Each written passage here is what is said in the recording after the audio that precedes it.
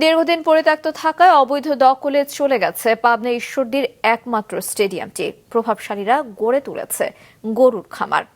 মাঠের মাঝখানে বড় বড় গর্তের চুল্লি তৈরি করে রাস্তার কাজও করেছে ঠিকাদার।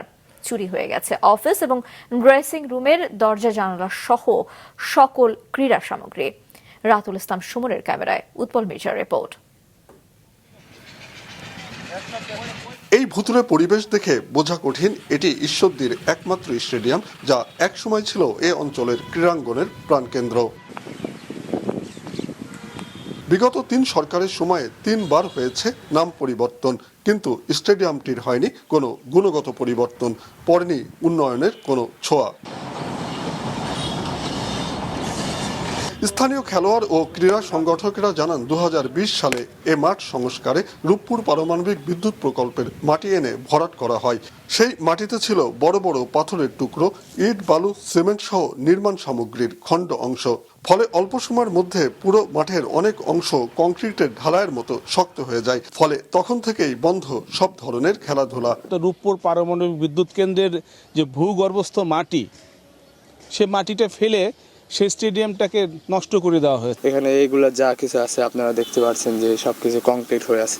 আসলে এভাবে থাকলে কোনো খেলাধুলা এই জায়গায় করা সম্ভব না। মাঠের অভাবে মাঝে মাঝেই প্র্যাকটিস করেন ক্রিকেটাররা।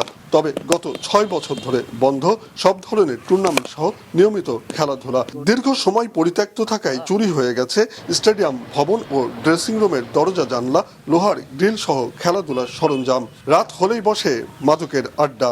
বিল্ডিং এর যে অবস্থা, একটা নেশাখোর যারা আছে তারা সবাই এখানে আড্ডা দেয়। চোর আসে সবকিছু জানালা সবকিছু চুরি করে নিয়ে গেছে আর কি। তারপর তো এখানে মানে মাদকের কারখানা। দখল করে মাঠের এক পাশে গড়ে উঠেছে বিশাল গরুর খামার। মাঝখানে বড় বড় গর্ত করে চুলা বানিয়ে পাশের রাস্তার ঠিকাদার নির্মাণ কাজের কাঁচামাল তৈরির কাজ সারেন।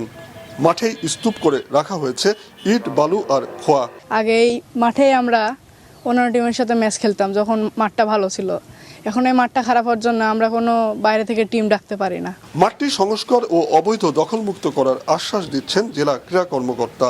বলছেন নিশ্চিত করা হবে খেলাধুলার পরিবেশও। ঈশ্বরদী উপজেলা মিনি স্টেডিয়াম মাঠটি আবার পুনরায় খেলার প্রাণ ফিরিয়ে আনবো। এজন্য আমি আমার সচিব স্যারের সাথে কথা বলবো এবং আমাদের যে ডিসি স্যার রয়েছেন তিনিও তার সাথেও কথা বলে আমি পুনরায় খেলার পরিবেশ তৈরি করব।